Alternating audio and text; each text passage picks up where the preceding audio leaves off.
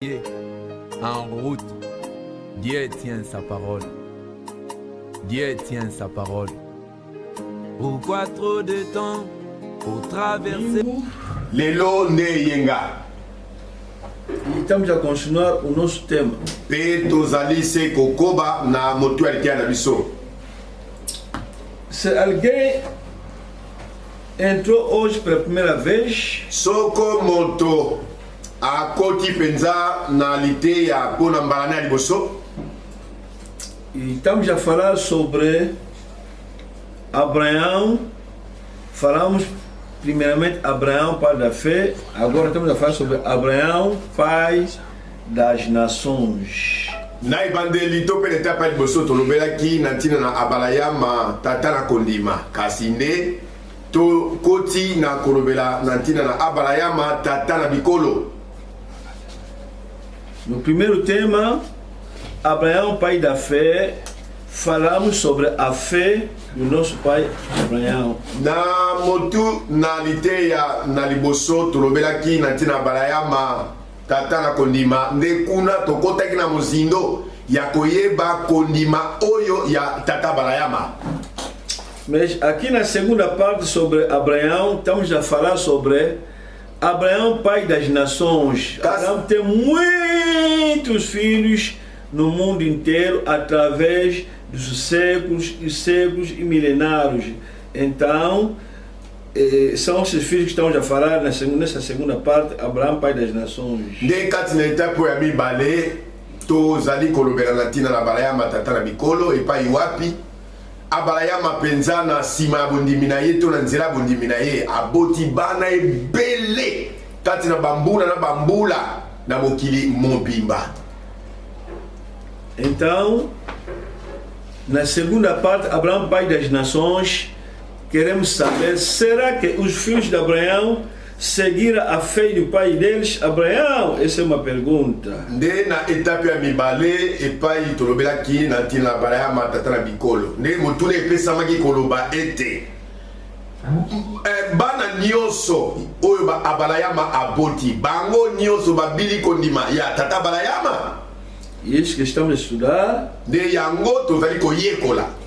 E nessa segunda parte, Abraão, pai das nações, Pe na etape ya mibale na ntina na balayama tata na bikolo estamos a estudar primeira parte, segunda parte. Agora estamos na quinta parte. tozali koyekola tobandaki na etape ya liboso ya mibale sikoyo tokomi na etape ya mitano.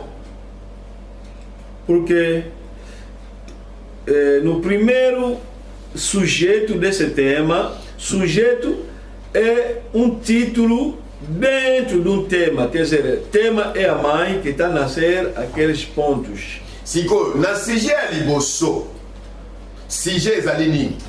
Sujet ezali mwana oyo abotami na kati na motu ya liteya oyo babengi mama. Agora, a nossa mãe é Abraão, pai das nações. Agora estamos a ler, ir ponto por ponto, e cada ponto estamos a chamar sujeito. Nde motu ya liteya na biso mama yango nde tolobi abalayama tata na bikolo. Siko ba sujet yango nde bana oyo abalayama tata na bikolo azali kobota. Então perguntamos por que Abraão foi o pai das nações, por que foi chamado, por que não Adão, por que não Sete, por que não Enoque, por que não Enoque, somente ele. Nde kuna motuna epesamaki ya koluka koyeba pona nini kaka tata abalayama nde abengami tata na bikolo kasi Adamu te, Sete te, Enoque te, Noa pe te, kaka abalayama. Quando estudamos Abraão, pai da fé, falamos que foi chamado pai da fé porque não havia mais fé aqui no mundo. Tango tolobelaki na ntina abalayama tata na kondima ezalaki mpona koloba to kotalisa ete kondima ya nzambe ya lola na mokili ebungaki ezalaki lisusu te. Desde Adão até Noé, até Torre de Babel, a gente acreditava que tem Deus no céu. Kobanda Adamo, tambolo ti Noa, ti nanda komula yo babengi Babeli. Solo batu bazalaki kondimela ete Nzambe azalaka se moko. Mas a partir do tempo de Nimrod, quando tomou o poder do mundo, então tudo falhou, tudo mudou. Ne kobanda bokonzi ya Nimrode. Ne kuna Nimrode abebisaki makambo nyonso po ye azalaki moto ya banzamba bikeko. Então meteu estátuas, espalhou no mundo inteiro e todo mundo foi invadido porque estava impor, chega aqui, vai impor a religião, querer que não é que se você querer, estava impor. Kunande bikeko na nzela ya Nimrode e palanganisamaki na mokili mobimba. Nde mbomboko oyo ya bikeko ya Nimrode ezalaki te soki olingi te olinga te ezali sambelaka bikeko.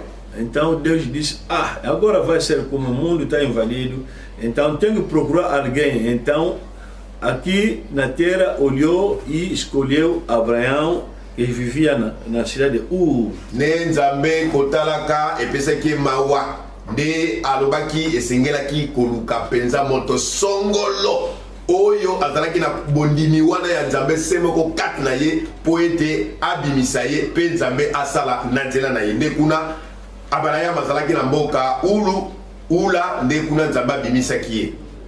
Não é que ele estava procurando alguém que tenha fé dele, mas se manifestou em Abraão, se apresentou: eu sou o Deus do Altíssimo, eu.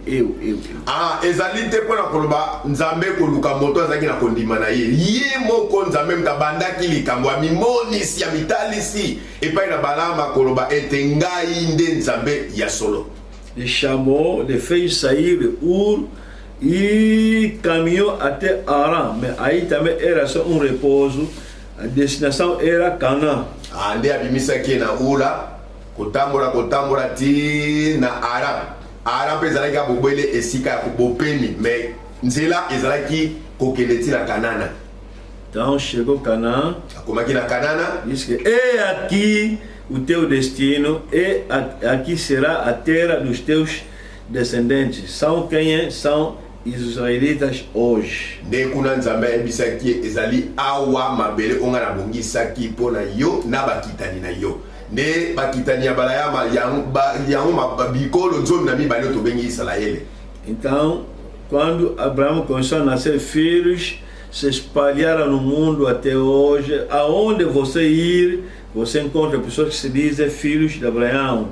Muito no mundo inteiro mesmo. De kuna Abalayama na bondimi abotaki bana pe bana ngo panzana kina mokili mobimba bisika nyonso kokende na mokili okokuta penza bato kobeta tolo bazali bana Abalayama na mokili mobimba.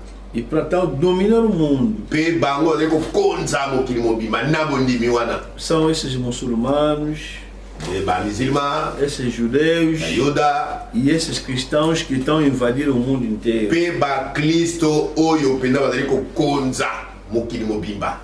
Mas será que esses filhos todos seguiram a mesma fé de Abraão ou estão falando só o nome de Abraão à toa, na boca só Abraão, mas na prática seguiram a mesma de verdade? Motuna yango bongo bano nyonso babetaka tolo ete bazali bana na Balayama. Bango nyonso babili kondima Balayama to balobaka kaka bobele na bibebo. E por isso começamos a estudar filho por filho. Nde kuna tobandelaki na koyekola mwana moko na moko ya Balayama. Iniciamos o mais velho Ismael. Tobandelaki na kulutu Ismael.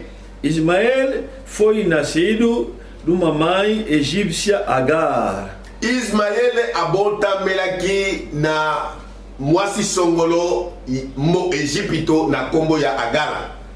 Então, quando as coisas não deram certo, Agar voltou com Ismael no Egito, e assim que Ismael se separou da fé do pai dele, Abraão, e viveu com a egípcia kwa crença égyptienne. Uta kuna likaka ekotaki kati na sala na agala nde boyoka nezalaki lisusu te nde salaki ete agala akamataki Ismaele mwana na ye bazongaki lisusu na Ejipito nde akamatelaki mwana na Ismaele mwasi mo Ejipito nde kuna babikaki na moboko ya mama na ye.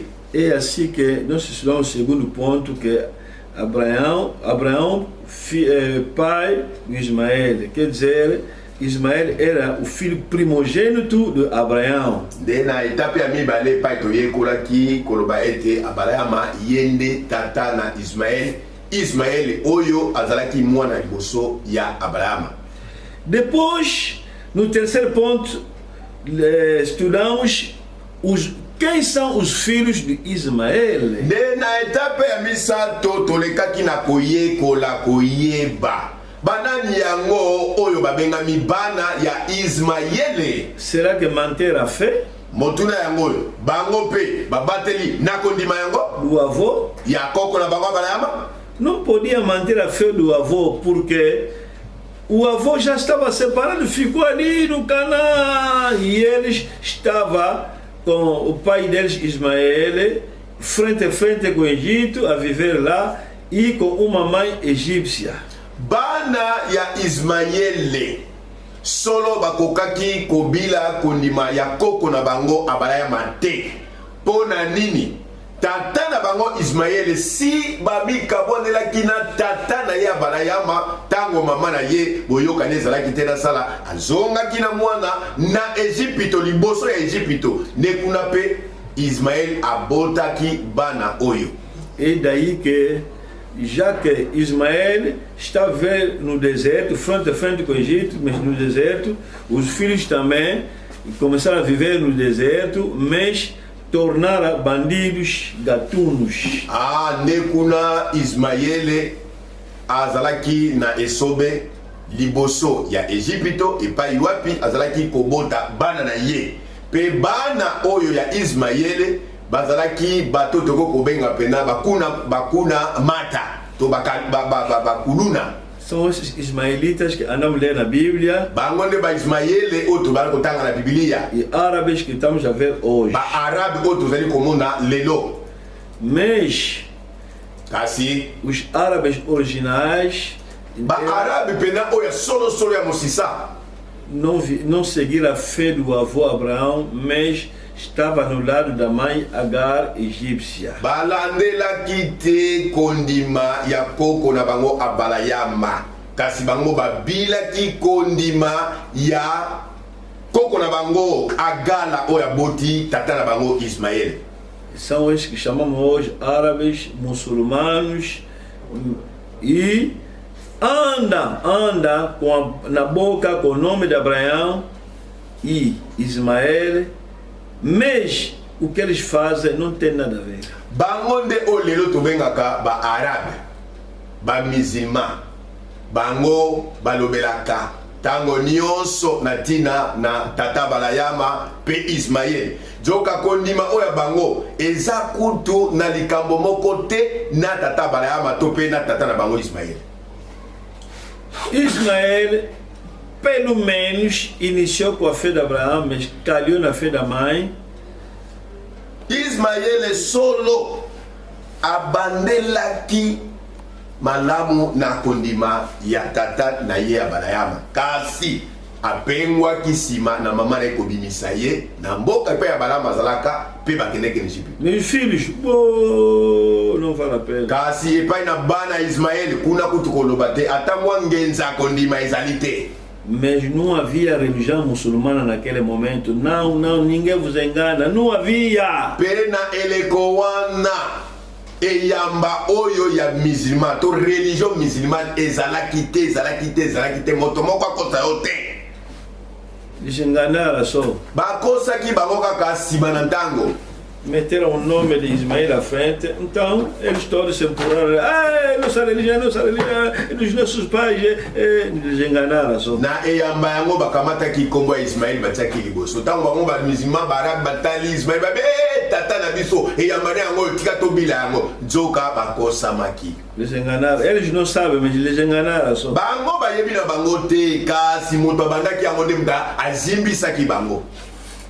Agora no quarto ponto Na étape ya minei falamos sobre Isaac tolobelaki na ntina na Isaka como segundo filho de Abraão. kozalaka Isaka mwana ya mibale ya Abrahama. Isaac não é primeiro filho de Abraão, é segundo filho. Isaka azali mwana liboso ya Abrahama te kasi ya mibale. Mas Isaac ficou o único filho de Abraão porque na promessa de Deus era papá Abraão, mamã Sara. Deus nunca falou de Agar. Kasi Isaka atangami mwana na likinda epai na tata Abrahama. Pona nini? Kolandela elaka nzambe ayebi ete tata ya Isaka yende Abrahama, mama ya Isaka yende Sara. Os muçulmanos pegam nisso, andam a dizer que o nosso pai Ismael nasceu primeiro, ele é o primeiro, mas Isaac vem 14 anos depois, quer dizer, o filho único é Ismael. Kasi ba arabe to pe ba musulman bango bakangamela kaka bisika oyo Biblia elobi ete mwana liboso ya Abrahama ezalaki Ismael. Posima na bambula zomi na mine ito pe 14 nde Isaka ayaki kobotama bango bayebi kaka ete mwana likinda ezali Ismael. Até não acredita que aquele sacrifício foi Isaac, era Ismael. Pe bango bandimelaka ata moke te mbeka oyo tata Abrahama akeneki kopesa na nzambe ezalaki Isaka te kasi bango bandimelaka ete ezalaki mbeka ya Ismael. É mesmo Ismael. Eza penda Ismael. Não acredita que é Isaac. Bandimaka te ete ezalaki Isaka nde Abrahama akeneki kopesa nzambe na mbeka. Depois foram construir um templo dentro de Jerusalém, a 50 metros do templo de Israel, e disseram que é aqui que o nosso pai devia ser sacrificado. São muçulmanos. Yango nde ba musulman barabi bakeneki kotonga moske na bango kuna na Yerusaleme pene ya tempelo ya Israele epai mpona koloba ete nde awa tata Abrahama ayaki kopesa Ismael na mbeka. Meteram mesmo, querer que nós vamos pôr o templo aqui. Vamos ver quem que vai tirar isso. Ne bango ba musulman barabi balobaki ete nanko tozali pena kotonga moske na biso awa totala siko nani akoya kopikola ngo awa. Quando Israel quer mexer, ou nous diz, Israel deixa, vai procurar uma guerra aqui, não vai deixa só você irmão, deixa só. Tango ba Yuda bangali balobi te esengeli to pikola yango nde oni akotaki na makambo koloba ete ba Yuda botika bopikola te bosala bongo te botanga bango ete bazali bandeko na bino então fazer isso na hora do pai deles, vão programar uma guerra que não vale a pena. bazali kosala yango na kombo ya tata na bango soki bomeki kopikola yango bokoluka etumba monene. Ismael tata na bango Tá bom, malamu deixar a sua. nde ba Yuda batikaki yango. Hoje estamos a falar agora sobre os filhos de Isaac. Lelo eyengande tolingi kolombela na ntina na bana ya Isaka. Os filhos de Isaac. Bana na Isaka. Não esquece, Ismael tinha 12 filhos. Bobo sanate. Ismael abotaki bana ya mibali na motango ya zomi na mibale. E uma irmã. Pe mwana ya mwasi moko. Hoje vamos falar sobre os filhos de Isaac. Denzo kalelo tokolobela na ntina na bana na Isaka. Só era 2. Bazalaki bobele mibale. Gênesis 25. Genèse 25. De 24 até 34. Kubanda 24 tina 34. Gênesis 25. Genèse chapitre 25. De 24 até 34. Kubanda na verset 24 tina 34. Vamos ler a história dos 2 filhos de Isaac. Tolingi kotanga lisolo ya bana mibale ya Isaka. O filho da promessa. Isaka mwana ya elaka. o verdadeiro filho prometido é Isaac, não é Ismael. Mwana ya solo oyo Nzambe alakaki ezali Isaka kasi Ismael te. Verdadeiro na carne, não estou falando no espiritual. No espiritual, aí já é outra história mais que vamos ver atrás. Na nobeli mwana molimo te, mwana ya nzoto na mosuni Isaka. Poso ekomaka mwana molimo, ekomi lite ya mosusu. Gênesis 24, Gênesis 25. Gênesis chapitre 25. 24 até 34. Cumpridos os dias para que desse a luz, eis que se achava gêmeos no seu ventre. Wana ekomaki tango na kobota. Tala mapasa bazalaki na libumu na ye. Gêmeos. Mapasa. Gêmeos de Isaac. Mapasa ya tata Isaka. Saiu o primeiro, o ruivo, todo revestido de pelo. Por isso lhe chamaram Esaú. Oyo na liboso abimaki montane pe azalaki na nkunza na nzoto mobimba lokola elamba na nkunza. Bongo babiyangaki ye Esaú. Depois nasceu o irmão, segurava com mão o calcanhar de Esaú. Por isso, lhe chamaram Jacó. Era Isaac, de 60 anos, quando Rebeca lhe deu a luz. Nansima ndeko na ye abimaki pe loboko na ye esimbaki litindi na Esaú. Bongo babiyangaki ye Yakobo. Isaka ajalaki na mbula tuku motoba wana ebotamaki bango. Cresceram os meninos. Esaú saiu perito, caçador, homem do campo. Jacó, porém, homem pecado, habitava em tendas. Esilaki bana kokola. Esaú ajalaki moki na nyama makasi mingi. Moto na lisobe kasi Yakobo ajalaki moto na kimia. Oyo afandaka na ndako ya kapo to ema. 28.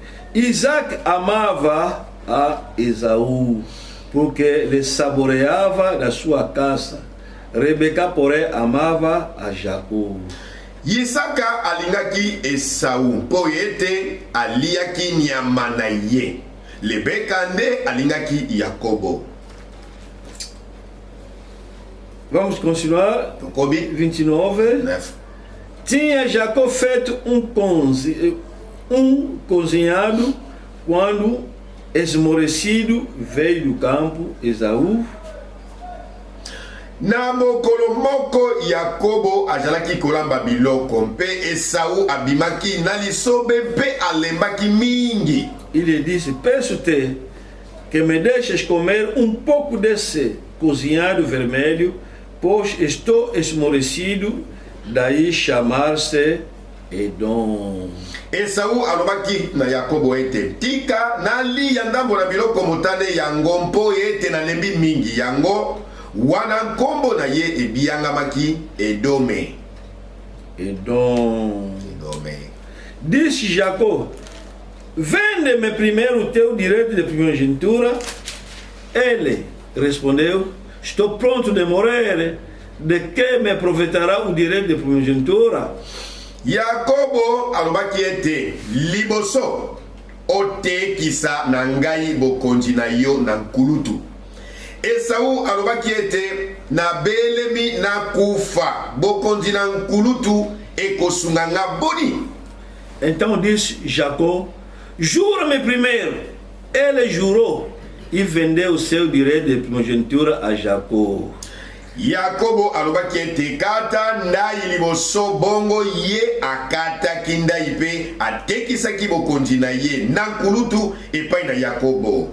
Deu, pois, Jacó a Esaú pão e o cozinhado de lentilhas. Ele comeu e bebeu, levantou-se e saiu. Assim desprezou Esaú o seu direito de primogenitura. Bongo Yakobo apesaki Esaú lipa pe supu na ndunda. Ye aliaki mpe amelaki. na nsima alongwaki mpe akendaki na ye. Bongo Esau atiolaki bokonzi na ye na kulutu. Vamos orar. Tobondele. Deus poderoso, abençoe essa palavra, que seja mantimento espiritual e hoje por teus filhos, cada queremos ter isso, em nome de Cristo. Amém. Estamos a falar sobre os filhos, quinto ponto, os filhos de Isaac. Etape ya mitano, tozali kolobela na ntina na bana na Isaka. Os filhos de Isaac. Bana na Isaka. Eram dois. Bazalaki na motango mibale. Dois na barriga da mãe a lutar. Bana mibale kati na libumu na mama kobundaka. Genèse 25, Genèse 25, 22, 23. 22, 23. Os filhos lutavam no ventre dela. Então disse: é assim, por que vivo eu? E consultou o Senhor. Respondeu-lhe o Senhor: duas nações há no teu ventre, dois povos nascidos de ti se dividirão. Um povo será mais forte que outro, e o mais velho servirá ao mais moço. Bana babundaki na kati na libumu na ye. Peye alobaki ete soko ezali bongo mbele natikala mpona nini. Bongo ye akendaki kotuna Yawe. Yawe alobelaki ye ete mabota mibale bazali na libumu na yo, pe mitindo mibale na bato bakobotama na yo, pe bakokabwana moko akoleka mosusu na nguya, pe oyo na liboso akosalela oyo na nsima. Quer dizer, a mulher de Isaac, filho de Abraão, a mulher dele, Rebeca, era estéril. Mwasi na Isaka, mwana na Abalayama, kombo ya mwasi ezalaki Rebeka, azalaki kobota te. Rebeca era estéril, não tinha filhos. Tinha dificuldade de nascer. Rebeca azalaki na nkokoso pona kobota. Então, Isaac, filho de Abraão, começou a orar. De Isaka, mwana na Abalayama, a komi kobondela. Começou a orar. Abandi kobondela. E Deus ouviu. Penzambe ayoki lilombo na ye. Porque a promessa do Isaac vai se cumprir, vai começar de Abraão, de muitos filhos da posteridade. Essa promessa vai se cumprir. Agora vai se cumprir como se ele não tem filho. Po elaka oyo Nzambe asalelaki Abalayama koloba ete akobota bana mingi na mokili na bikolo. Sikoyo ye oyo abotaka te. Siko elakango ekokokisa maboni. Bon, Isaac nasceu. Naboye Isaka abotami. Isaac também na sua vez, a mulher estéril. E essa promessa vai ser como? Isaka pe nantango na ye, mwasi na Rebeka ye pe ekomba. Sikoyo elakango ekokokisa maboni. Então o mundo vai ser cheio dos filhos de Ismael, dos bandidos, terroristas, e são eles que serão filhos de Abraão. Não dá. Wale talisete bana na Ismaele bangonde bakotondisa bikolo ya mokili mobimba. Nzoka bango bana Ismaele babongi te po bango bazali bakuluna, bazali bakuna mata, bazali ba terroriste. Ekosimba te. Não vai dar. Ekosimba te. Quer dizer, o filho Isaac não está a nascer. Mwana estéril. Mwana elaka Isaka abali mwasi kasi mwasi yango ekomba. Vai ser como então? Ekokoma boni makamboyo. Quer dizer, todo mundo invadido pelos terroristas que se dizem que filho de Abraão, filho de Abraão, filho. Wana mokili mobimba ekotondisama na makaneli ya bana o babeta katolo koloba ete bazali ya Abalayama, nzoka bazali bakuna mata bakuluna boni mokili kotambola malamu. Não. Ekosimba te. Não vai dar. Ekosimba te. Genèse 25. Genèse 25. Versículo 21. Verset 21. Isaac orou ao Senhor por sua mulher, porque ela era estéril. E o Senhor lhe ouvia as orações e Rebeca, sua mulher, concebeu. Isaka abondelaki Yahweh na ntina na mwasi na ye mpo ete azalaki ekomba. Pe Yahweh ayokaki ye. Pe Rebeka mwasi na ye ajwaki zemi. Esimbi. C'est là où les Ismaélites viennent brincar. Donc, qui te bakuna mata bana Ismaël balinga ko sakane la biso. Grande brincadeira même. Wana nga ko zala seki monene. Dans yo Isaka et la Rebeka bomi tungisa na bino te. Petit 13. Respondez-le au Senhor, duas nações há no teu ventre, Rebeca, dois povos nascidos de ti se dividirão, um povo será mais forte que outro. E o mais velho servirá o mais moço. Yahweh alobelaki ye ete mabota mibale bajali na libumu na yo mpe mitindo mibale na bato bakobotama na yo mpe bakokabwana moko akoleka mosusu na nguya mpe oyo na liboso akosalela oyo na nsima. Não se preocupe. Bomitungisa te. Não se preocupe. Bomitungisa te. Esses filhos que estão a lutar significa que vão sair aqui duas nações. Bano mibale olali ko bundana na kata libumu na yo. Etali sipona koloba etezali bikolo mibale to mabota mibale kobima. Boko será mais forte que o outro. Akoleka mosusu na mpiko. Mas vão se dividir. Esses filhos que quando vão nascer vão se dividir. O significado é esse dessa luta que está Ndimbola ya etumba oyo ezalaki koyoka na kati ya libumu. Simba tuku. Branham está a explicar isso. Branham azolimbola yango. Está a dizer. Azoloba. Isso significa também yango elimbolami lisusu boye que quando vem reavivamento etetango kolamuka eyaka cria dois gêmeos ebotaka bana mapasa e esses não se entendem. Pe banango bakoyokana te. Não se preocupe, irmão, quando você vê a mensagem vem, mas uma é falsa doutrina, outra verdadeira, é normal, não há problema. Neko mobali neko mwasi komitungisa na yo te. Natango sangweye. Ebimisi lisusu o ezali mobokwa lokuta. Kotia ngo likambo te, kosala ngo problème te. Eu fico com essa jejuara, Senhor, me dê boa mensagem, fazer aquela moto, não faz essa oração, é normal. Senhor, não estou entendendo, mas essa tua mensagem verdadeira veio no mundo, agora está a gerar mais outra falsidade, é normal, é normal. Branham disse sempre, houve dois. Branham alobi, utakala, bazala kita mnosco bota mami bale. Caim e Caína Abele. É normal. É normal. Sempre é isso. Kakabongo exalaka. O falso e o verdadeiro. O carnal e o espiritual. Yasono na lokuta. Yamolimo na yamosuni.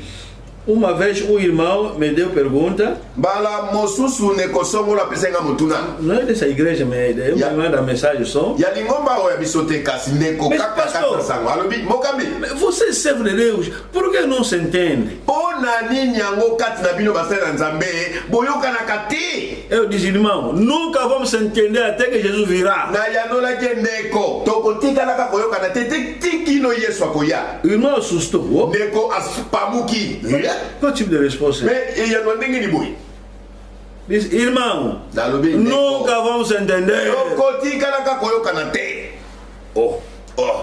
Quer dizer, ficou bem atrapalhado o irmão dessa resposta que ele deu. Ele estava pensando que vou lhe dizer que não, vamos entender, vamos abraçar, o amor virá. Ele disse, nunca. Ne como bali na mabanzo na ye azalaki kozelola ete ngai naloba na ye te mokolo moko tokoyoka na kakaka tokotambola na bolingo nzoka bongo te. As pessoas pensam que são mais que Deus, é? Mingi babanzaka ete baleki nzambe na bolingo. Pensa que Deus é burro de deixar lá no jardim de Caim e Abel. Bokanisi nini? Nzambe azazoba ya kutika nelanga Edeni, Kaina na Abele. Luyamula ya mene na kumosi. Deixa os dois crescerem junto.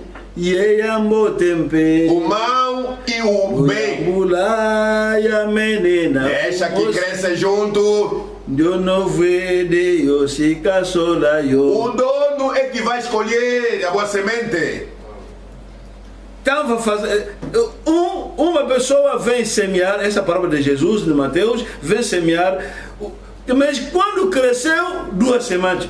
Bota lá, licença, escuta-me na Mateus 13.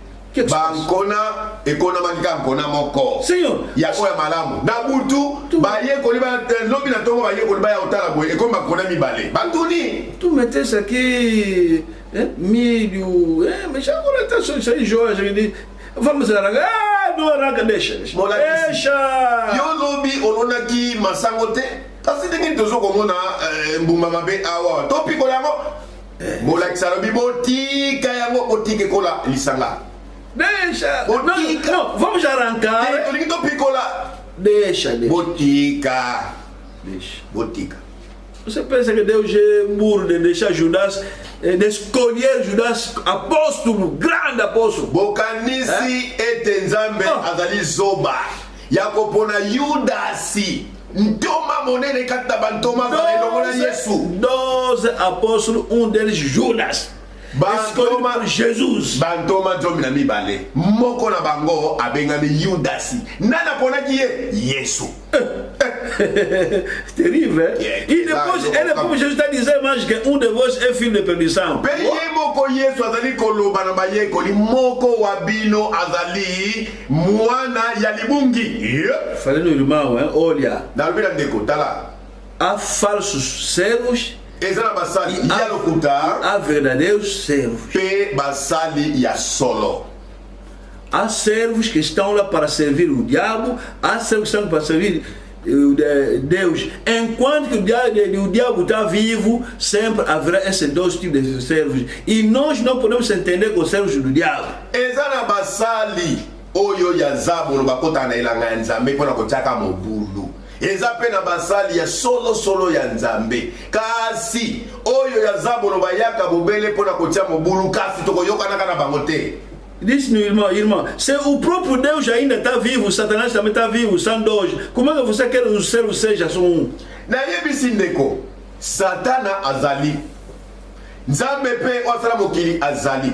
Siko yo lingete na bango mibale moko alonga tika moko. Haverá sempre esses 2. Bakozala katango nyoso mapasa. Igreja verdadeira, igreja solo, igreja falsa. Pe ya lokuta. Falso servo de Deus, basali ya lokuta. Verdadeiro servo, basali ya solo. Falsa doutrina, moboko ya lokuta, moboko ya solo. Luyambula ya menena. Deixe que as 2 sementes crescem juntas. A boa semente e a boa semente. Luyambula ya menena. Que crescem junto. O pertencente das 2 sementes vai tomar conta. É no fim que vai se tratar esse assunto. Na suka nzambe akotala likambango. Não quero ler a linha Mateus 13. Eu leio também o profeta porque tem muita coisa a falar. Na linha kotanga Mateus 13 na boyi pe kotanga mosakoli po e comme biso tango molai nzoka biso tozali kotambola na tango. 2 filhos na barriga lutar, ficou muito preocupado.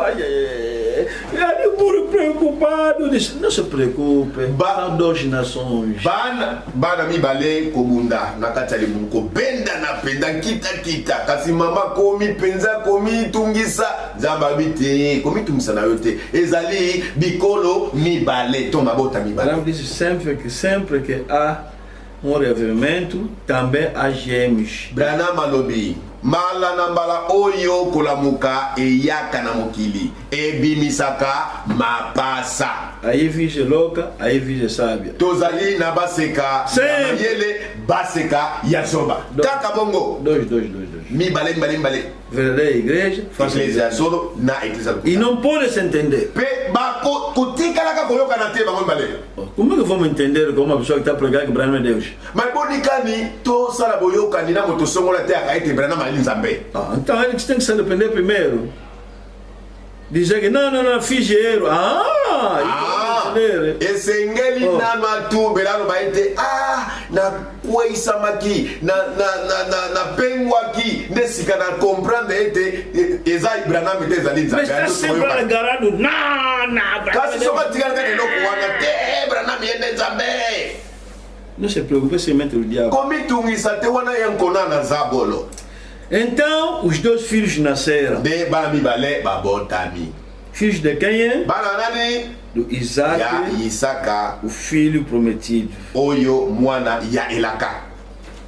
Muito peludo. Moko azaki na nkunza oyo wapi bele na zoto. Pelo no corpo. Tala nkunzo wapi. Olha. Otolo baka bakwale, tala bakwale bele. Tipo que tá mexendo carneiro, cordeiro assim. Ei. Joto na penza lokola penda nyama, penda bakwale ya nyama. Então ele deram o nome de Esaú. De bapese kombo Esaú. Esse nome Esaú significa kombo Esaú é limbolami peludo. Na nkunza. Alguém que tem muito pelo. Moto songolo azana nkunza mingi na nzoto. E quando estava a nascer, pe ezalaki kobolta mabango, os irmãos a seguir le pegou no calcanhar assim. Leki na yo azalaki kolanda ye asimbia na litindi. Então foi chamado Jacó. De abengamaki Jacobo. Jacó significa Jacobo elimbulamina alguém que domina outro. Moto azeko konza moninga. Engana outro. Ako kosa moninga. Em francês supplanter. Na portugais ezali enganador. Esse é o nome que deu nos dois filhos. Yangonde bakombo nzambe apesaki na mwana moko na mosusu. E quando começaram a crescer, e bandaki kokola bango, Isaú de força. Esaú azalaki moto penza ya nkonzo ya mpiko. Caçador. Moluki nyama na zamba. Homem do campo. Moto na elanga. Quando vai lá, caça. Pá. Soka ke pena na bokila akuluka nyama penza. E volta. E azongi na mboka. Papa. Hoje matei 2. Lelo na bomi banyama mibale. Papa se pedi. Quero tua mãe para me dar já. Essa na mamãe na gala belanga sikoyo. O pai gostava muito. Tata zalaki kolinga mingi na Esaú. Mais que o miúdo. Koleka kutu Yakobo leki na ye. Para que coisa? Papá. Hoje matei mais. Para casa. Soka bete kuke. Tok ko licença. Nani wana? Papa ngai. Lelo sina bomisu banyama mbale. Yo penza to sala ke sengo na ngai. O meu filho herdeiro, mwana. Filho, Mwana na ngapena kulutu. O pai gostava muito. Tata zalai kolinga mingi. Do mais velho Esaú. Kulutu Esaú. E Jacó, ele está tranquilo. Pe Yakobo azalaki mwana penza botosi alempama na sima mama. Sempre lá na tenda. Una kaka na ndakwa kapo na mama. Na sima mama. E a mãe se habituava muito com isso. Pe mama amesanaki mingi na Yakobo. E a mãe gostava muito de Jacó. Pe mama azalaki kolinga mingi Yakobo. Rebeca. Gostava muito de Jacó. Azalaki kolinga Yakobo mingi. Então, aconteceu que a idade avançou. E aqui kosala maete Isaka anuni. Idade avançou. Ye pena bambula e komeli. Chamou Esaú. Abenge Esaú. Bom, eu tu avançar na idade. Bom, ngai na silko nuna na komi koko. Vou te abençoar. Na kopambola yo. Que você é o primeiro filho. Poyonde ozali mwana nanga kulutu. vai mais, você como caçador, né? Vai mais aí me procurar uma boa carne aí, quando vai ver, bênçãos mesmo. Kende lisu na zamba na bokila na yo wana osalaka lukela masu nyama penaki ya malamu oyo ya kitoko na lingaka wana soko zongi mapamboli ezozela yo. Oh, bênçãos. Oh, mapamboli. Oh, quem é que não gosta bênçãos? Nani oyo aboya mapamboli na bomoi na ye? Foi rápido. Apoti mbango. Lelo eza lelo. Tem que ser mesmo pra caça. Esengeli pena ezala pakasa. Não vou dar na mãe, eu vou lhe cozinhar. Não vou pensar com mamãe, tem amor na olambera, papá. Muamba, sim. Não, muamba, nguba, pena. Wana pena, lelo eza lelo. Por ali, muamba, tomate aí. Na kotia penza muamba, tomate, kumpidi. Para comer bem. Otata alia penza na appétit. Abençoar lá de uma forma. Apambo la penda na lolenge pena mobimba. Ele candelo. Ah, tá bom. Ah, ça va. E a mãe ouviu a conversa. Kasi nzoka mama atiaki lito ya landeli lisolo ayoki yango malamu. Chamou Jacob. Abengi Yakobo yaka. Jacob. Faz rápido. Salambango loki. Nini mama? Mamãe que é? Mama, nini? Faz rápido. Salambango. Ouviu uma conversa aqui secreta. Nayoki lisolo moko asekele awa. O teu pai quer abençoar teu mais velho. Tata na yo mbalamini. Alingo pambola. Kurutu na yo. Olha, Tala. vai buscar um animal aí, vou dar uma boa cozinhada. Você adianta, enquanto ele está lá no mato, adianta, Reis. Kende kuna, ipai tu bombe la nyama, zwa nyama moko ya kila nga ngona lamba ngopi na utakunga Esau akombe na ngano sala ngosi koyo. Kini bangu. Yo za malemba, kini bangu. Caca, tirou. Mas cozinhou rapidamente. Boa sopa. Wana supu pena solo. Vai dar no pai. Tem no pensar tata. Diga que você Esaú, hein? Kasi kobosa na te, soka tunyo lo ba yone Esau. Cuidado, você, cuidado. Não fala que você já. Vai te expulsar já. Que ba na yo komeka kono bateke yone Yakobo no kite akombenga na yo. Vem. Yaka. Dá o braço. Pesa na maboko na yo. Olha, põe essa capa aqui. Yaka, omoni bapualo yo. Põe aqui. Bakola ngo pena na nzoto na yo. Me dá o braço, vou te meter aqui no braço. Pesa na no maboko na yo. Porque teu irmão muito peludo. Nazo kole ngo pena maboko ponde kono kulutu na yo yende atonda na nkunza nzoto. E teu pai muito esperto. Petata no mayele wapi azana. Vai querer lhe tocar para ver pele, se ver pele. Essa. Akolinga simba yeso ka moni penda nkunze bele na nzoto ba ye mwana ngai kulutu ye. Tá bom. Madame. Cousillon, acabou. Vem. Le vestiu, bem. Lá que se penda nkunza na nzoto. Vai. Kende. Fui lá. Akei. Coco. Quem? Toc. Nan. Sou o pai. Nai papa. Você é quem? Yonai. Ali, cego não está a ver mais. Kuna tata Isaka akomi motakufa miso azomona lisuste. Sou Esaú. Ngai Esau. Esaú? Yo Esau? Mas avô do Jacó? Kasi mongongo nazo yoka eza Yakobo. Não, eu sou Esaú, papai. Eza ngai papa Esau. Não me mandasse. Otinenga que no bomelo nyama. Matar Na bomelo nyama pena pakasa. Já fiz. Tira bombina lá. Amor? Oh, ya solo. Então mesmo Esaú. Oh, eza pena Esau ko. Como que vai saber isso? Ndenge nini na. Já, né? Tá. Otise yaka. Tá, vou experimentar. Na mekana no moa muke. Yango pensa. Bem cozinhada assim. Ilamba ni kitoko. É tua mãe, né? Maman na yo. Não, eu próprio fiz. Papa. Muito corajoso. Você aprendeu tambiko. Pai ficou bem satisfeito. Papa a sepeli a Yesu. E começou a abençoar o filho. De afongoli monoko pona ko sopa mapambo ni na mwana. abençoe. Abençoe. Abençoe. Ficará em cima do teu mais velho, em cima do teu irmão.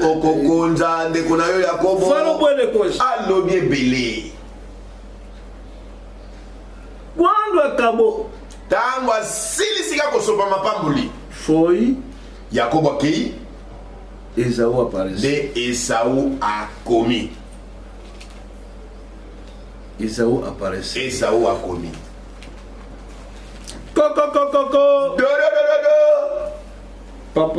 Papa. Quem é? Nani? Esaú.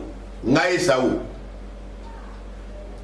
Oh, papa, não me mandasse carne? Papa, o tira engatera bomelo nyama. Sim, mandei. Sim, na kina que o bomania. Então, é isso que estou trazendo. Tá se chamando bebê de na lambelio teolia. E esse que estava aqui? É bom você lá que é o Nani. Não, eu não vim aqui. Papa, só agora que não vem. Não tive que lá na yete, nem na uto lamba sem de segunda o cota anda. Oh. Me deu, alguém já veio aqui e disse que é Esaú, me deu, disse, não, papá, é só eu. Me montou com a utia, o alobi ende Esaú, na simbi que tanzoto, na mori que ia pede Esaú.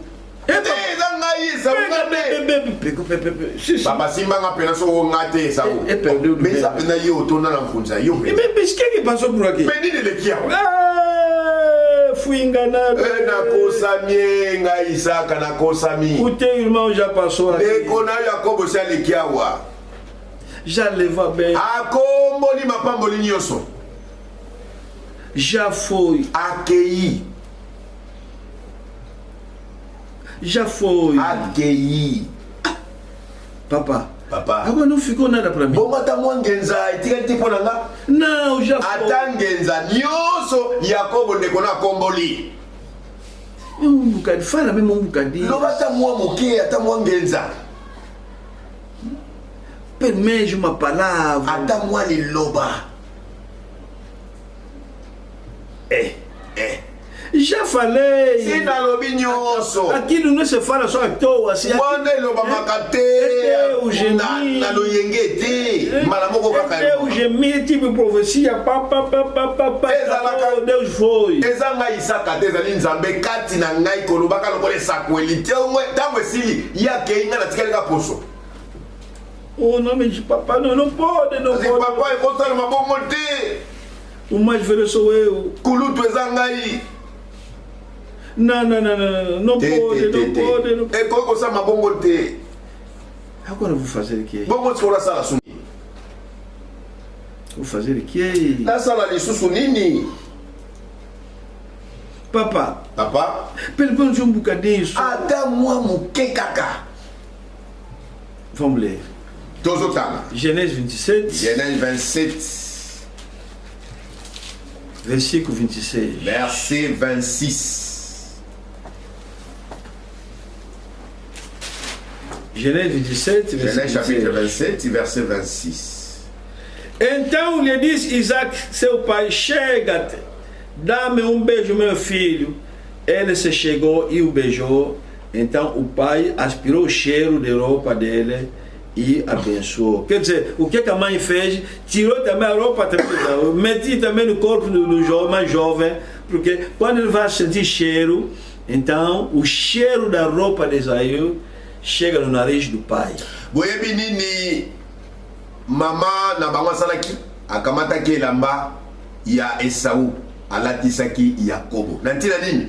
Soki papa na bango Isaka ayoki solo, ayoka pena solo ya kurutu Esaú. Nebuna Isaka lui. Esse cheiro no meio de Isaac mesmo. Tunga oyo pena yango Esaú. Ya Esaú penza yango ye penza. Afinal, Nzoka era Jacob. Ezalaki Yakobo. 27. Ele chegou, beijou, então o pai expirou o cheiro de roupa dele e abençoou e disse, escuta a benção. Bongo ye akomaki penepe apepuaki yempe ye ayokaki solo na bilamba na yempe a pamboli yempe alobaki yete yoka sikoyo mapamboli. Eis que o cheiro do meu filho é como o cheiro do campo Que o Senhor abençoe. E 27 que estou lendo no fim. Tala solo na mwana na ngai ezali solo na lisobe lipamboli Yawe tika Nzambe apesa yo mamwe na likolo. Deus te dê do orvalho do céu e da exuberância da terra, da fartura de trigo e de mosto. Pe mafuta na mokili mpe mbuma na vinho na kotonda. 29. 29. Sirva-te povos e nações te reverenciem, se Senhor de teus irmãos. Tika yete mabota basalela yo pe bato bagumba maliboso na yo jalankolo na bandeko na yo. Quem é esse? Nani? Yakobo. Que as nações fiquem acima dele, os filhos da tua mãe se encurvem a ti. Maldito seja o que te abençoar e abençoado o que te abençoar. Nani oyo? Petika yete bana na mama na yo bagumba maliboso na yo. Bana e a mamãe, é quem é esse? Esaú. Nani oyo? Os filhos de Esaú todos. Bana Esaú. Quer dizer, ele suplantou, ele dominou, enganou e dominou mais vezes. Está escrito na Bíblia que Yakobo akosaki pe akondi kulutu na ye. A bênção levou Jacó. Mapamboli tomboli Yakobo. Bum, acabou, foi. Bum, Esaú apareceu. Isaka asilisi kosopaka mapamboli. Pe Yakobo ye wana lokoti mapamboli so akei. Maboko Esaú ye oyo akomi. 38. 38. Disse Esaú a seu pai: acaso tem só uma única bênção, meu pai? Abençoa-me também a mim, meu pai. E levantando, Esaú a voz chorou Esaú. Esaú alobelaki tata na ye ete ojali na lipamboli bobele moko mpo na ngai tata na ngai pambola ngai ngai pe lokola tata na ngai. Pe Esaú atombolaki mongongo na ye pe alelaki. Isaac sentiu pena. Tata Isaka ayokeli Esaú mawa. Vem. Yakakasi. Irmão, vocês que têm dons. Bande kopino oyo bozana makabo. Dom de profecia. Makabo ya bisakweli. Dom de língua. Makabo ya minoko. De sonhos. Makabo ya lindoto. Não se fabrica dom. Bomisalelaka makabo bino mokote. Não fabrica sonhos. Komisalela mandoto te yo moko. Não fabrica visões. Komisalela bimono de yo mokote. Deixa ele próprio atuar. Tika ye mokonkolo likabo asala kati na yo. Vocês que têm ministérios. Bino oyo bozi misala koteya. Não se fabrica pregação. Bomisalela kamateyo bino mokote. Irmão Guillaume me falou assim. Vai ver. Guillaume alobina ngabo Asia na che na modua ye. Hoje vou. Lelo eza lelo. Assim está fabricando uma. Awana omisaleli mateyo yo moko. Deixa a inspiração de Deus. Tika ikambamelo ya Nzambe. Deixa Deus te ungir. Tika Nzambe apakola yo po asala na kati na yo. Não se fabrica também ministério, vocês ovelhas. Não se fabrica também ministério. Bino bampate, bomisalela kape, mosala kote ya bino mokote. Porque fulano está pregar bem. O songolo pakalatea kamalamu. Ai, também você. Ngai pe na kozala motei. Não. Te bongo te. É você, o homem que vai falar, não é Deus. Wana soko misaleli, te kozala yone moto kolobaka kasi Nzambe kolobaka te. Isaías chorou. Esaú chorou. Aleli. Papa. Mas a bênção acabou. É tipo uma pessoa que está falando numa irmã ou irmã que tem dor de profecia. Agora a profecia acabou. Precisa mais.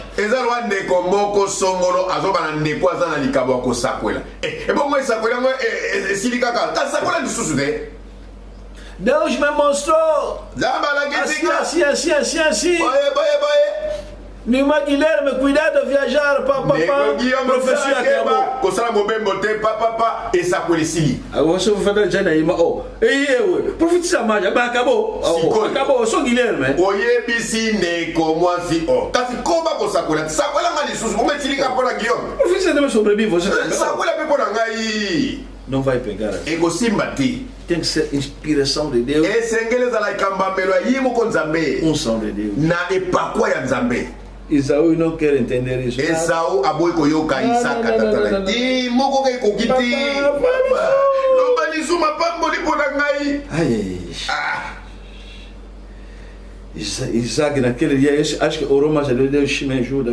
Isaac na base de trabalho, assembla que são Nzambe com Nzambe, sunga ngai, moano na usala suni pona ye. Vem. Bom, yaka. 39. Então lhe respondeu Isaac, seu pai: longe dos lugares férteis da terra será a tua habitação.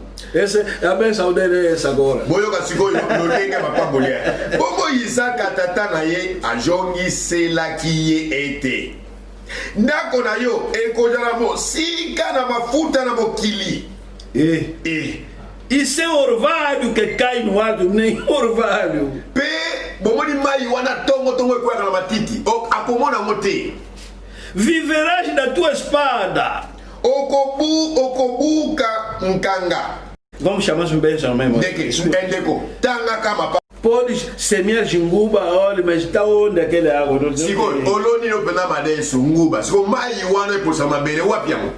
Viverás da tua espada. E servirás a teu irmão.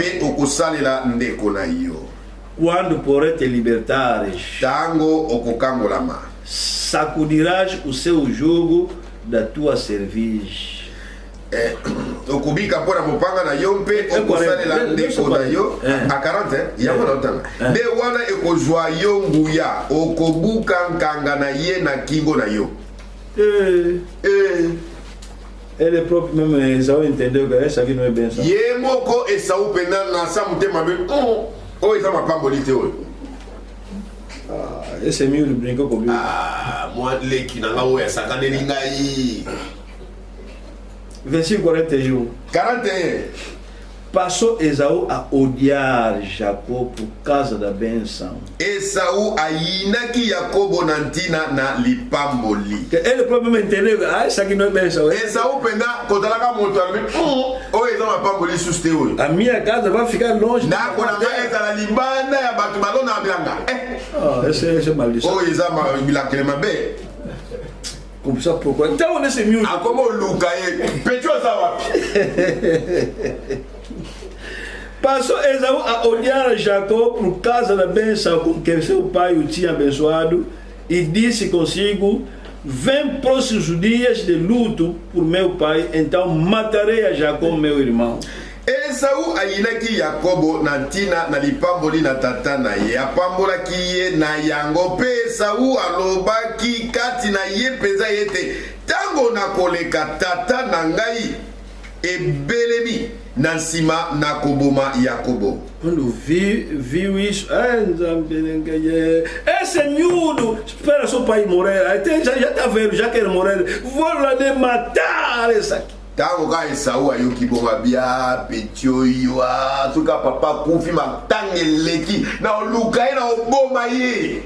Quer dizer, entendeu que esse aqui não é benção, mas é maldição. Esaú ye mo penda na samutema bi. O eza suma pamboli to e komi bi lakeli mabe, eza di babe penza o. Qual tipo de benção é essa? O yo ba pambola ndenge ni boy. Servirás o teu irmão, essa é benção essa. O sale la leki na yo, wana ma pamboli. Disse, esse miúdo pode apanhar. Dekuna Esaú alobi. Petio juna okanga ya oyeba. Azela. 42. Chegaram os ouvidos de Rebeca essas palavras de Esaú, seu filho mais velho. Ele, após, mandou chamar Jacó, seu filho mais moço, e disse: eis que Esaú, teu irmão, se consola a teu respeito, resolvendo matar-te.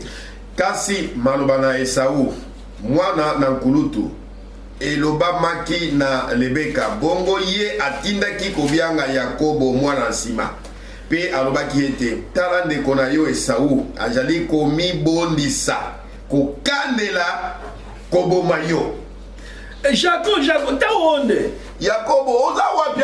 Oh, faz rápido. Yakamba nini? É que é mamã? Mama nini? Vem. Yaka. Olha, Tala. antes teu pai morrer, foge. Yambo tata nona kufite mikimela.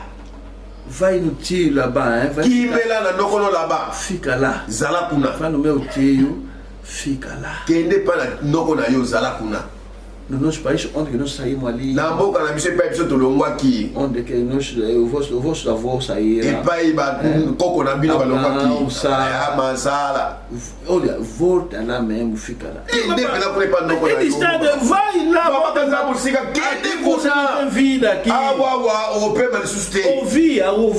Mai moko na yo ki. Ela dizia. Yaya na koloba. E assim que Jacob fugiu no tio Laban. De na boye Yakobo akimela ki na nokono ye là-bas. Só mais tarde. Kaka sima na ntango. Passaram muitos anos. Elekaki bambula na bambula Que ele voltou de Yakobo azongaki para provar a reconciliação com ele. mpona koluka boyokani na ndeko na ye Esau. Mas Kasi Esaú esqueceu uma coisa. Esau abosani eloko moko. Esaú, Onde que nós lemos hoje, epai totangi lelo no capítulo 25, na chapitre ya Genèse 25 de 24 a 34, 24 tina 34 lemos uma coisa totangaki eloko moko no 31 na 31 a 34. tina 34 Vamos ler isso. tozongeli kotanga yango Onde que nós lemos no início, epai tobandelaki kotanga le bandeli Genèse 25. Genèse 25 Bom, lemos de 24 a 34, mas vamos ler agora de 31 a 34. totangaki 24 tina 34 mais siko totanga 31 tina 34 Vamos ler. tozotanga. Disse Jacob. Yakobo alobaki ete Vamos estar no 29. atobandela wana 29 Tinha Jacob feito cozinhado quando esmorecido veio o campo Esaú. na mokolo moko Yakobo azalaki kolamba biloko mpe Esau abimaki na lisobe mpe alembaki mingi. Esaú esqueceu uma coisa. Esau azobosana eloko moko. Dia saiu do campo bem fatigado, bem cansado e foi encontrar o seu miúdo a cozinhar. Mokolo moko awutaki na bilanga kuna na zamba tanga komi na ndako azalaki akolemba mingi pe akuti leki na ye kolambaka supu ndunda. Ele disse: peço-te que me deixes comer pouco de cozinhado vermelho, pois estou esmorecido. Daí chamar-se Edom. Esau alobaki na Yakobo ete tika nalia ndambo na biloko motane yango mpo ete nalembi mingi yango wana kombo na ye ebiangami Edom. Antes de acontecer essa coisa de bênção, afinal se passou uma coisa, ele esqueceu, Isaías esqueceu. Yambo mokolo ya mapamboli ekoka. Ye Esau abosani na bombo ina ete asengaka supu ya ndeko na ye. Ele esqueceu, mas Deus não esqueceu. Ye Esau abosana kizoka nzambe abosana kate. Você pensa que você fala alguma coisa a Deus, você esqueceu, Deus esqueceu. Deus não esquece. Ndeko yo kanisi nini? Tango yo lapinda ye liboso nzambe na tina eloko moko eke yo bosani na tina ndai wana nzambe pa bosani. E por isso não vale a pena começar a falar à toa, hein? Yango aneza malamu te kolobaka nalo yenge. Vou fazer assim na igreja, quando vou ter aquele dinheiro, quando vão me pagar 20 milhões, 20 milhões, vou todas as paredes, vou pintar. Olha, você esqueceu, meu Deus não esqueceu. E por isso amanhã toda empresa acabou, caiu, não está sabendo aonde, afinal falasse coisas falsas a Deus, ficou zangado, te bateu, você está a procurar mal sorte na aldeia. Yango wana eko malobi companhie ekwei nyonso ebebi misoloza lisusu te allez okomi koloba loba okoluka bandoki na mboka Oh utiyu otenoko ye za bangote pensa bem kanisa ka malamu nunca falasse nada yo tikala kolobela omote besoin nzambe. Então, afinal, nzoka dia Esaú saindo do campo bem afomeado encontrou o rapaz a cozinhar. Meu Deus, tu tá cozinhando aqui? Petit, olamba ningo. Oh, tem uma coisa aqui vermelha aqui. Uma suco motane na olamba. Estou cozinhando na olamba mo pensa. Corvilha mais vermelha. Uma bomba desu meia motane. Ah, mas é isso, pá. Oh, pensa nango. Jacó disse, para te dar, né? Ah, origina pessoa. Bom, tem que me vender, eu tenho o direito de progenitor. Bom, tem que lá na pena que mokolo ya kulutu na yo. Ele disse, oh, vou fazer isso aqui. Oh, que mokolo é kulutu não sai onde? Ele esqueceu. Ah, posta aqui. Viste, né? Onde? 32. 32. Não, vamos no 30. Ele disse, peço-te me deixe comer um pouco desse cozinhando vermelho, pois estou esmorecido. Daí chamar-se Edom, onde que recebeu o nome de Edom, que significa vermelho. Akunande epai Esaú azwaki kombo ya Edome. Oila kisito pendimola motane. Russo. Motane. Vermelho. Motane. Edom significa vermelho. Edom est allé. E a partir daí começaram a chamar também Edom, Esaú ou Edom. Kobanda wana bakoma kobenga ye Edome. Soki pe Esaú te olobiga Edome. Uma pessoa que gosta de coisas vermelhas. Moto songo la mano kolika bloko ya motane. 31. Deixe Jacó, vende-me primeiro o teu direito de primogenitura, me vende, estou precisar, eu quero ficar teu mais velho, eu quero ficar. Kasi tekela ngai ozali ki bokonzira ki kulutu te ponga na lingi na ngana koma na ngai kulutu yo koma no leki. Ele respondeu, ye ayanoli 32. Estou pronto de morrer. Quem me aproveitará o direito de primogenitura, hein? Vou fazer isso que? Esaú alobaki ete na bele bina kufa. Bokondira kulutu ekosunga ngana nini? Nasala ngo nini? Então disse Jacó, jura-me primeiro. Jacob alobaki ete katandai liboso. Ele jurou. Katindai. E vendeu seu direito de primogenitura. Pe ateki oizaki bokonzi yaki kulutu na ye. A Jacó. Na Jacobo. Deu pois Jacó a Esaú pão e cozinhado de lentilhas. Ele comeu, bebeu, levantou, saiu. Assim desprezou Esaú o seu direito de primogenitura. 34. Bongo Jacobo apesa que Esaú lipa pe supu na ndunda. Ye aliaki pe amelaki na nsima alongwaki pe akendaki na ye. Bongo Esaú atiolaki bokonzi na ye na kulutu. Branham diz, alobi, muita gente bato mingi perderam o direito de primogenitura. Babungisa bokonzi ki kulutu na bango. Perdera babungisa yango a boa palavra liloba ya solo nzambe por interesses carnais. Bona mileki ya nzoto. Servo de Deus, cuidado com dinheiro. Basala nzambe bosala ke banatira misolo. Dinheiro, misolo faz perder o direito de primogenitura. Ezala kaete ebungisa na moto bokondia kikulutu na ye.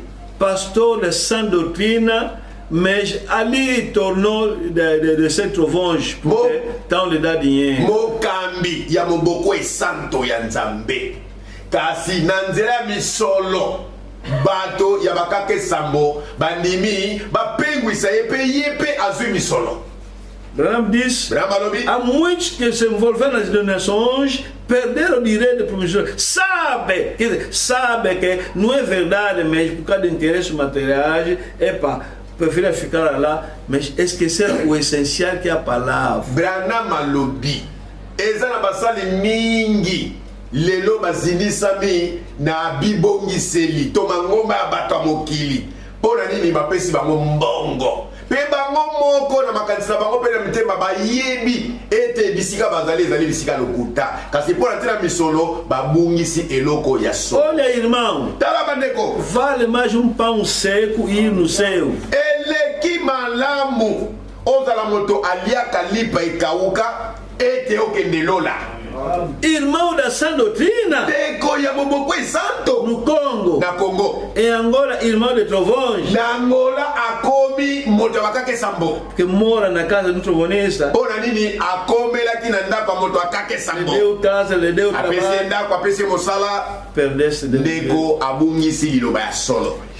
Esaú esqueceu isso. Esaú abosa nyango. Afinal, quando estava fazendo aquele trato, Deus no céu está seguindo e está ouvindo. Zoka tango bazalaki na lisolo ya kosala échange ya droit de naissance na ndunda. Nzambe na lola asimbi papier azokoma. Olha, o que ele estava fechado aqui na terra, que final foi fechado no céu. Oyo ezalaki kokangama awa na senzoka na lola nzambe akangaki yango. Sem Esaú saber. Esaú kozanga ye koyeba. O que ele estava fechado aí no céu também foi fechado. Traité o kangana senzoka na lola nzamba kangaki traité yango. Aí Deus está dizendo, Anjo Gabriel, ouviste, né? Kuna nzababi. Angelo Gabriel, ozokati. Michael, ouviram? Michel, oyoki. Todo mundo ouviu, né? Bino nyoswa, oyokiti. Esaú entregou akabi o direito de postura bokonzi ya kikulutu pona ndunda. Entregou no miúdo. Apesi yango epai na leki na ye. Ouvira, né? Se ouvimos. Se Toyoki. Quem é mais velho agora? Se o nada como kulutu. É Jacob. Oh, Jacob. Bom, quem que merece a benção agora? Se o nada é bongi na mapambo desse coio. É Jacob. Oh, Jacob. Então testemunho, né? Ah, você vai estar tolia? Tá bom. Malado. Isso que lhe aconteceu. Yango eloko salabela aqui Esaú. Isso que lhe aconteceu. Yango likamesama aqui Esaú. Ele próprio que procurou isso. Yemo ko aluka ki yango. Vamos ler Gênesis 43. Otanga Gênesis 43. O que é o direito de primogênito? Nini babengi bokonzi ya kikulutu. 43, 33. 43, 33. Aqui vou ler só uma coisa assim. Ah, não está vendo no qual. E assentara-se diante dele o primogênito, segundo a sua primogenitura, e o mais novo, segundo a sua menoridade. Disto os homens se maravilharam entre si.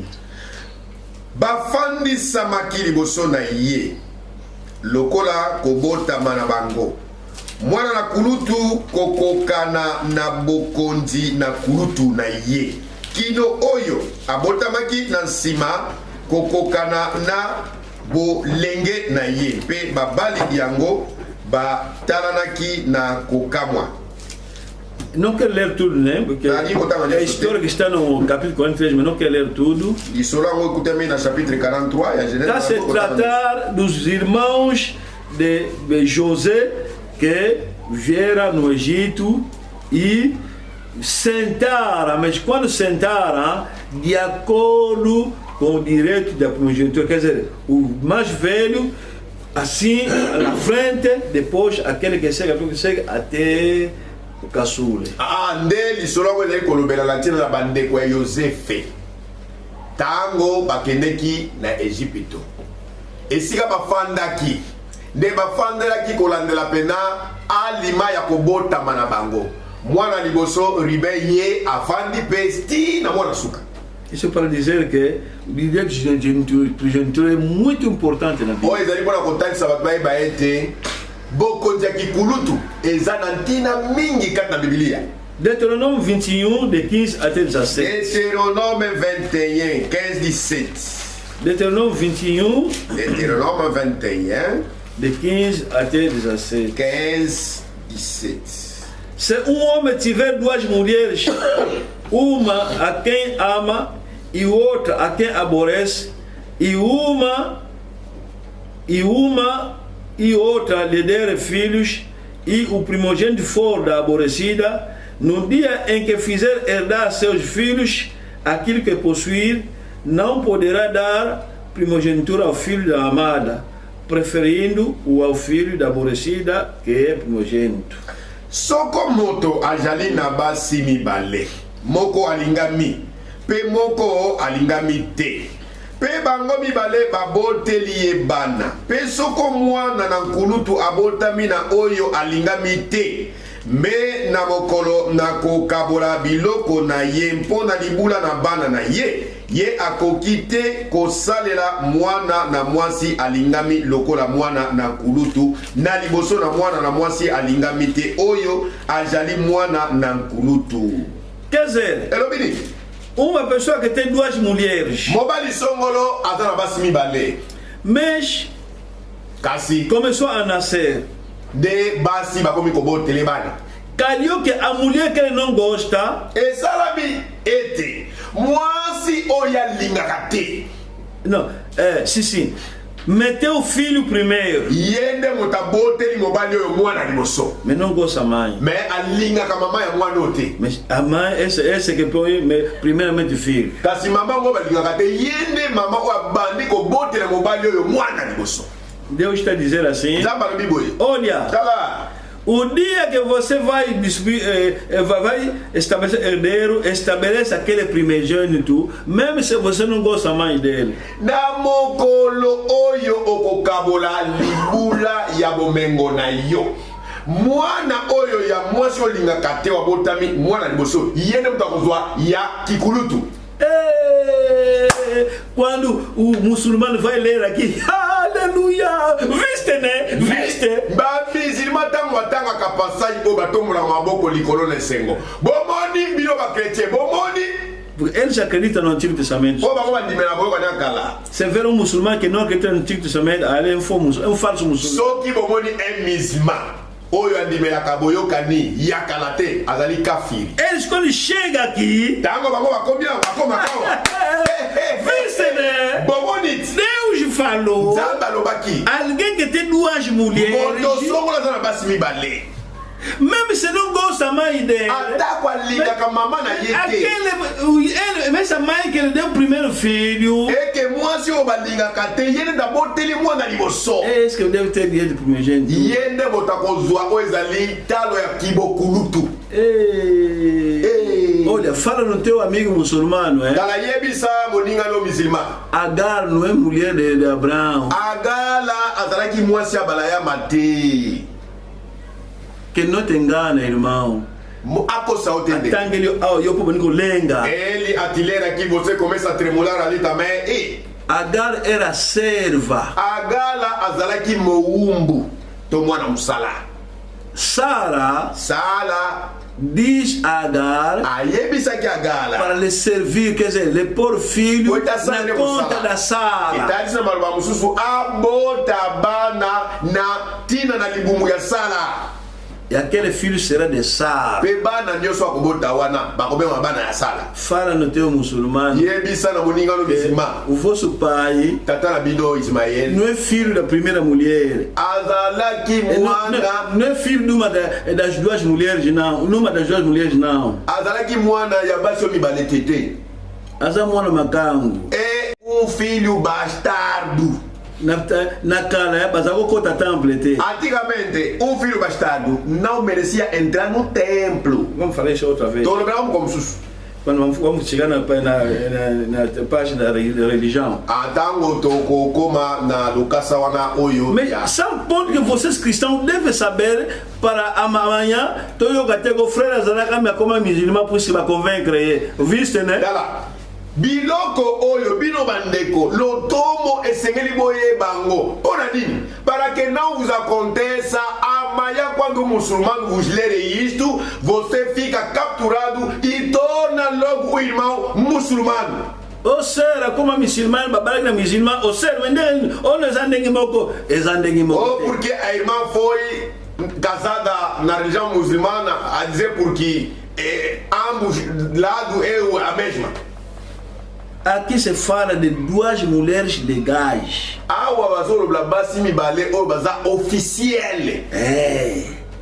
Como Raquel e Leia. Rachel na Leia.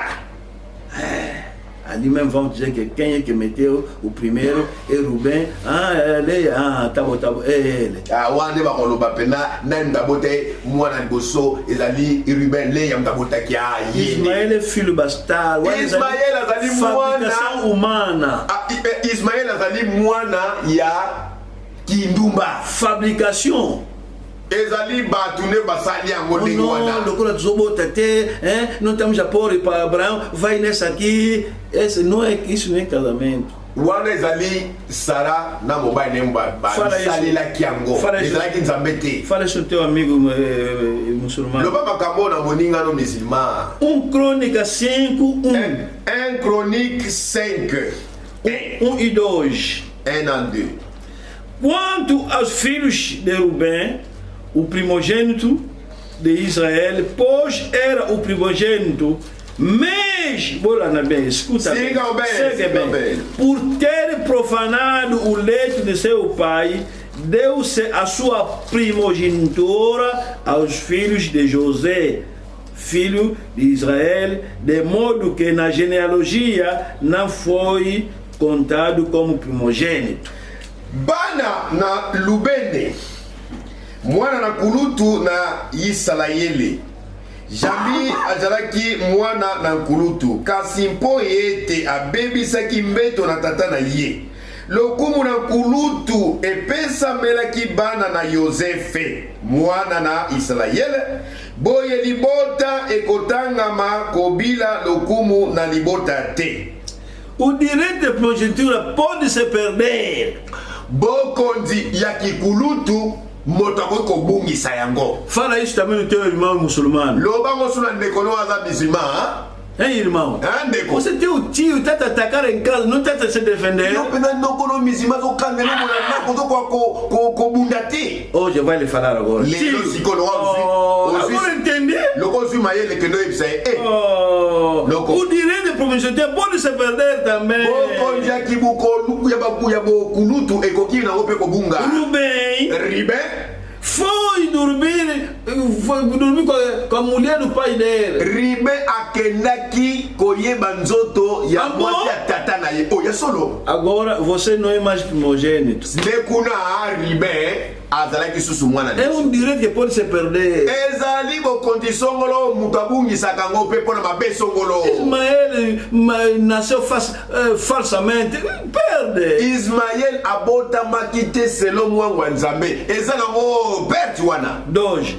Judas na verdade foi poderoso entre seus irmãos e dele veio o príncipe, porém o direito de primogenitura foi de José. Oete Yuda alekaki bandeko na ye mpe mokolo autaki na ye nde lokumu na nkulutu ezalaki na Yosefe. Alléluia. Amen.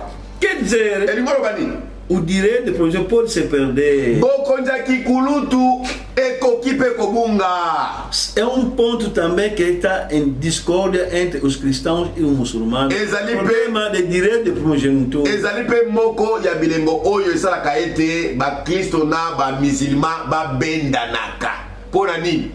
Oyo ezali bokonzi ya kibokulutu. Demonstra esse versículo. Não. É direito que pode se perder se não houve falência. Lakisaye ezali bokonzi ya kibokulutu oyo ekokipe kolongwa na mutu pona nini soki ekweli eza esika songolo. E por isso Esaú perdeu o direito de yangonde Esaú abungisaki bokonzi ya kikulutu na ye. Odiou irmão. Ayinaki Yakobo. E esse ódio foi até nos filhos. Peko ina yango ekota kitina bana na bango. Como vamos entrar na parte da religião, vamos voltar mais nesse ponto, vamos falar isso. Ekokota biso na ngambo ya eyamba ndeto ozonga na suma kamoto tanga ngoni susu. Agora estamos a falar só dos filhos só. Nekuna awa tozali koloba karantina na bana. Estamos a entrar bocadinho na religião, mas não estamos a deixar outros pontos. Tozali kokota mwa muke na bana, mwa muke ne yamba kasi ba isika msuto ali kosimba te. Quer dizer, o que vai acontecer no futuro? Nine kosala bana mikolo koya. Vamos ler isso como vamos falar sobre a religião. Tokotanga ngotango tolobela ntina na eyamba. Ismael, você sabe que Ismael tinha 12 filhos e uma irmã. Bino boyebi yango malamu ete Ismael azalaki na bana zomi na mibale ya mibali pe mwana moko ya mwasi. O que vai acontecer? Nini ekosalema? Esaú irá casar aquela irmã, akokenda filha de kobala Ismael. mwana ya Ismael. Ils vont fazer aliança. Pe bakosala boyokani. Vamos ler isso, vamos falar isso mais tarde. Tokolobela ngo kasima na ntango. Saiba só que Yeba kaka ete Esaú e Jacó se separaram. na Yakobo bakabwanaki.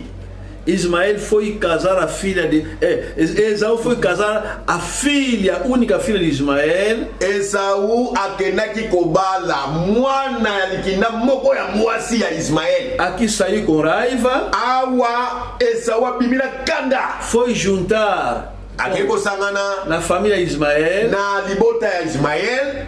Foi casar a filha de Ismael, a única filha de Ismael. Nde akendaki kobala mwana se moko ya mwasi ya Ismael. O nome dele é Bazenab. Kombo na ye Basmat. Basmat. Mas vamos ler isso depois. Totanga ngosima. E o que aconteceu? Hoje, Lelo. os filhos de Esaú Bana Esaú se juntaram naquele grupo de árabes. basanganaki na ngulu pawana ya barabe. Se você anda a ver, Liga Árabe. Liga Árabe. Soki oyokaka Liga Arabe.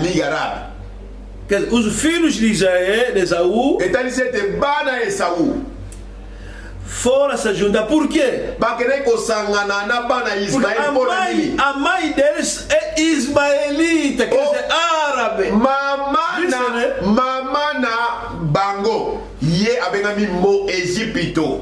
E hoje, Lelelo quando se fala de árabes, tamba lobi barabe ele também, os filhos de Esaú também estão incluídos. bana Esaú pe bazali ya kosangana kuna barabe. Jacó foi à parte. Yakobo akendeki ngambo mosusu epandoko na ye. E esse que conjunto. Esaú fora como muçulmano. Ande bana Esaú bakendeki kuna epai ya musulmano. Isso que vamos ver proximamente, como vamos chegar naquela etapa da religião. Yango nde tomona mikomiko ya ntango tokokɔta na etape ya eyamba. São as duas nações Ezali bikolo que mibale não se oyo entendem eyokanaka te e que lutavam na barriga. mpe ezalaki kobundana na libumu. Os futuros muçulmanos Le bamizima ya mikolo mikoya e os futuros judeus. mpe bayuda ya mikolo mikoya. O que originou isso? Nini esalaki ete makambo esalama? Perder a direito de primogenitura. Abungi Esaú abungisaki bokonziaki bokulutu na ye. Olha, Tala. você mora na casa do trovonista, Soki ozalaka na ndako ya moto akakesa pega a tua Bíblia e diga: estou indo na sã doutrina minha igreja. kamata bibilia laka koloba na tala na ke na eklese na ngai oyo ezali moboko esanto ya Nzambe. Soki olobi na Vou te ye expulsar. soki alobi na yo nakobenga na yo Expulsa. loba na ye bengana. Vale mais pão seco. Eleki malamu kolia kalipe kauka. Vale mais fome. Eleki malamu okufa nzala Ir no céu pe okende lola que na esika ete abundância. ozala na mingi dolar Mas não vou no céu. kasi na lola sangwa O pamba. que eu fiz? Nasali nini? Que Deus abençoe o mundo. Nzambe apambola bino mingi. Vamos orar. Soki alobi na yo nakobenga na yo loba na ye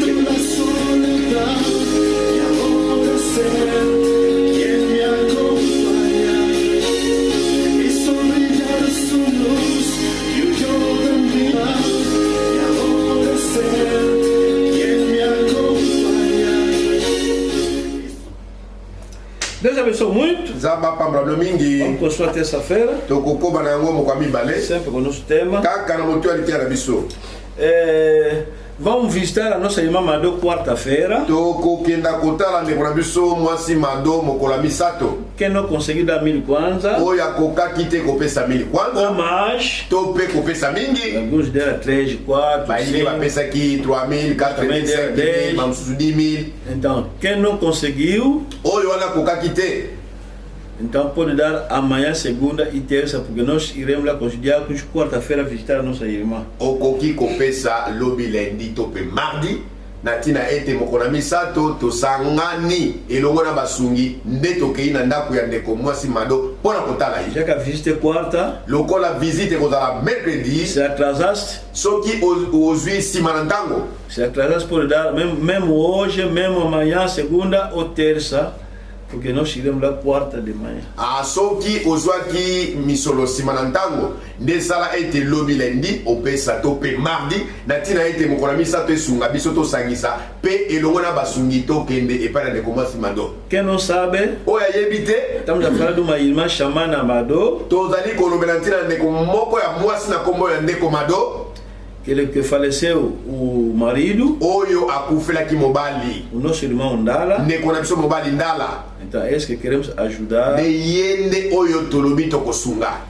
Já está doente também. E azape susu kobela. E naquele lado já iniciou o tratamento. Kasi na ngambo ya kobela si abandaki traitement. E queremos ajudar também, ficou sozinha para desarrascar bocadinho na praça. Tolingi pe kosunga ye na tira bisolo, poi atika liye moko, atika la bongo te na ndako kanga maboko, me akota atazando pona mombongo. Não tem filhos rapazes, só tem meninas, as filhas lhe arranjaram já quarto para ele ficar, viver sem marido, mas no quintal onde está caçule. A boti kaka basi na basi solo boti mibali te nde bana ne abasi bazulaki ndako epai wapi ye ser na mso Mado azali kobika elongo na mwana na ye asuka. Então, se falhasse até hoje, então pode dar amanhã e terça. Soki o koki kozwango lelo te soko kokaki te kozwango nde lobi lundi na mardi okoki kopesa. Tu aqui na igreja nazali awa na Lingomba pode dar nos diáconos, toko kopesa na basungi, pode mandar no banco, toko kotinda ngo na compte bancaire. Há muitas formas. Eza ba lolenge mi. Pode mandar também alguém. Toko kotinda ngo pe na nzela mutu songolo. Ontem recebi alguém, mamãe me mandou, aonde? Ele está lá no São Paulo, me mandou para vir de da irmã. Tá bom. Alobi ndaksana yambaki ne komoko wa koluba ite mama ndatininga mama no azawa pio za na São Paulo ndatinga opesa ndeko mbongo ya ndeko mwasi Mado. Mala. Há muitas formas de dar. Ezana balolenge mingi ya kotinda. Terça-feira é 15 horas. Aquele que está primeiro na linha, quinta-feira estaremos aqui 15 horas, não é 11 horas, mas 15 horas. Mardi, pona yondeko oyo ozaki na biso pona bano liboso, tokozala na 15h, jeudi pe na 15h. Domingo é 11. Dimanche ekozala. Ezalaka 11h. Terça, quinta, sábado é 15 horas. Mardi, jeudi, samedi ezalaka na 15h. 15 horas de Angola. 15h ngonga na biso Angola. Deus abençoe. Nzambe apambula.